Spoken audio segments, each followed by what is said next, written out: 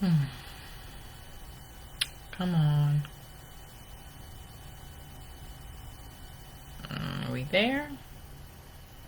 Okay, I think we're live. Hey there, good folks. Dr. Charlie here. Let's take our 3 deep breaths and get into our Charlie chats for the day. Breathe in and release. Breathe in and release. Breathe in and release. How you doing? I've been not doing great, or I've been doing not great, I guess is how that goes.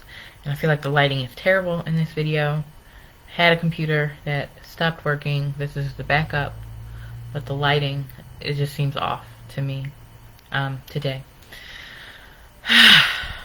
So when I ask Spirit what we're talking about, Spirit says we're talking about birth, and this is a rebirth of both our human consciousness and our humanity at large. I have been feeling all of that. I have been feeling like sludge, like a bottle of sludge that's moving through the world. And that has been hard. This last week and a half, 2 weeks, whatever it's been, has been really, really difficult for me. In ways that I don't even have words for. So I do find that talking to people helps. It helps to break up some of the heaviness inside of me. And it's really difficult for me to initiate that, because my instinct, my inclination is really to draw in and to draw all the way in. My sleep has been all over the scale, where sometimes I'm sleeping very lightly and fitfully, and then when I'm deep, I'm very deep, and it feels like I'm coming up from the bottom of the ocean as I awaken. So how are you doing? What's been going on with you? And if I'm guessing, which of course I am, this is what birth feels like. That there's a real reckoning as to who we are going to rebirth ourselves to become. I have the opportunity to observe the world, the close world around me as it begins to reopen, and my honest thought is that most white folks who are engaging in the restaurants that are now opening are doing it as a salve to ignore everything else that's happening in the world. And let's be clear that this uprising is real. And I think that this is an opportunity, perhaps the one major opportunity in many of our lifetimes, to really find a different way forward. Companies are coming out left and right. I don't know about you, but in my email inbox, I've gotten an email from probably half, it's not been all, but probably half of the CEOs and heads of company saying we stand with Black lives and here's our commitment. And white folks and folks who follow the white paradigm are notorious for takebacks, for saying, oh, I meant it this way, and then I'm not really willing to do the real work, the heavy work, the intrinsic and infrastructure work that it takes to really change something of this magnitude.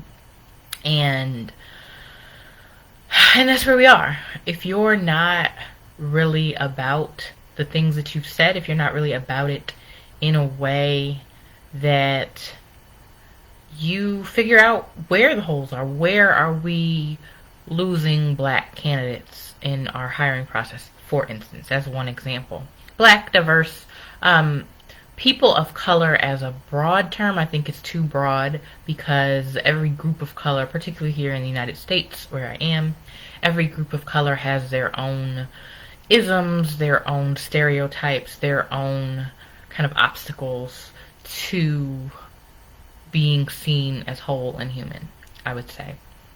And so for companies that are putting out these probably mandatory now, statements, what are you going to do about it?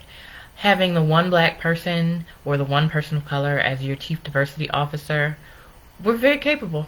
And also, let's be clear that this is coming from, well, while we've called it a superiority complex, this is coming from an inferiority complex. If as a people, the only way you are able to get ahead is by rigging the system, is by force and oppression, it is not those who you are oppressing who are less than. So I think that this is also a time for white folks to reckon with their own sense of humanity and what that really means at a large, broad scale. And I repeat, if you're not really about change, you need to step aside. This is not the time for wishy-washy actions. This is the time for let's try it and see. That doesn't mean you're going to get it right every step of the way, but the more you keep trying, the more likely you're going to build one step and then another step and then another step and then another step. And that's not so linear. It might be one step and then 15 wayward steps, and then we get another one right to build the next level of foundation on top of that. And then 15 more steps, or maybe 30 more wayward steps, and then another one that's right. But so rebuilding this foundation, for me, that's showing up in a literal way around me, where things that provide foundation in my life are shaky, feel like they are not going to hold too much longer. And having been through shaky times, and having been through kind of my own rebirth, my own revolution of self, more than once, actually, and having to write about it, having been in academia while doing that, and that is the marker of my next advanced level. What I know is that you can't keep holding on to the broken foundation. And right now, we need to smash the rest of this foundation. We need a very different foundation. And that may include restructuring the United States government. This isn't working. It's not working. We don't necessarily need a bipartisan system. We need more than two options, because the two options, frankly, as a black person, are not that great for me in this world as it exists currently. And I generally shy away from political things because I'm not going to get into it with you, frankly. But for me, as I've observed it, it's not really working. It's not working at all. So what if we created a president, co-presidents? I would say 3 would be my suggestion. And 2 of them, I would say no white males. And 2 of them, one needs to be a person of color, one needs to be a male. One needs to be a female. And really, I think it should be 2 women to 1 man if there's 1 man allowed. But the way that things have been working, the foundation that we have, it doesn't fit anymore. And so I really encourage us, what if we looked at all aspects of society and figured out what's working in each of those aspects and modeled those? And what if that means we have more than one model for everything? What if we have more than one model for education that is funded so that it helps students get where they need to get to as informed citizens? I understand that informed citizens is not our current goal. It's certainly not our current outcome. And that needs to change too. So what if we really took a look at every aspect of society and decided what is working, because it's working somewhere, and use that as a model to begin to create other models. And all those models are not going to necessarily look the same. While I was in graduate school, my school imploded, and I was finishing up my master's degree, which was on myself, by the way. So I was in the middle of all the internal work. It was very intense. It was very heavy. Similar to now, actually. And as I was a student body president, we called it something different, but that's what I was, in the midst of this imploding school. At the end of that, after having sat with so many different parties and understanding what I thought was the meta level at the time, I wrote a letter. I knew what I was doing. And I knew who the letter was going to anger, who was going to be infuriated, all of that. I understood what I was doing when I wrote this letter and sent it out.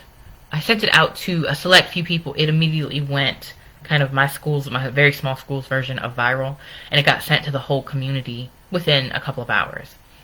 And again, I understood that would happen, or that could happen. And what I said in the letter was, we can't go back. That yes, things were done poorly. Yes, the way this was handled was a mess. Yes, there are other ways that this could have been done. And at the time, I certainly believed that the board of directors, who were ultimately responsible for the decision, I thought that they were doing something in the best interest of the school, and that we should move forward. That we could use this as an opportunity to really craft something that wasn't being done before. And I would encourage this same thing in this moment. Now, there are a lot of layers to get through before we're at Kumbaya, if we ever get to Kumbaya, because we never have been. Let's be very clear about that. And so this is an opportunity to take a look at this thing over here and then this thing over here. And what if we put them together in a way that we've not seen before? What if we tried some things that we've never tried before? So that's what I said in the letter. And again, I knew I was going to anger a whole bunch of factions of people, and people were threatening me and all sorts of things. People were threatening me who had my information. It was like, you can call me. You have my phone number. You can give me a call and check in and see what's going on. Nobody did that. Not a single person did that. So that was really interesting also. So my encouragement is to go back to older ways of communication. Technology is great, and you get less of a sense of people when you're in person. Can you be in person at a safe social distance? I would strongly encourage that. I am not okay with things opening back up. I think it was a very poorly made decision without any of the backup things that should have been needed in order to begin opening back up. So that says something about politics and governance structure as well, as who are you listening to, and do you have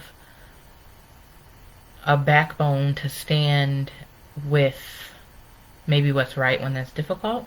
And that's a broad accusation that may or may not be true. I certainly do not know all of the considerations taken for when things should reopen, but in my humble opinion, at least numbers of coronavirus cases should have been going down steadily before we decided to open back up again. And that was not the case, at least not where I am. In fact, they have been going up.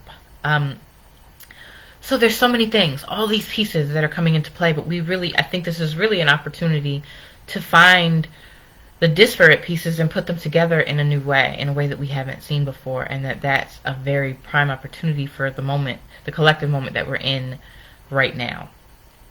Okay, that is so much for today. That's very much plenty. So I will stop it here and connect with you again another time for our Charli Chats. Until that time, I really, really do want you to take as good of care as you can at this time. Be well.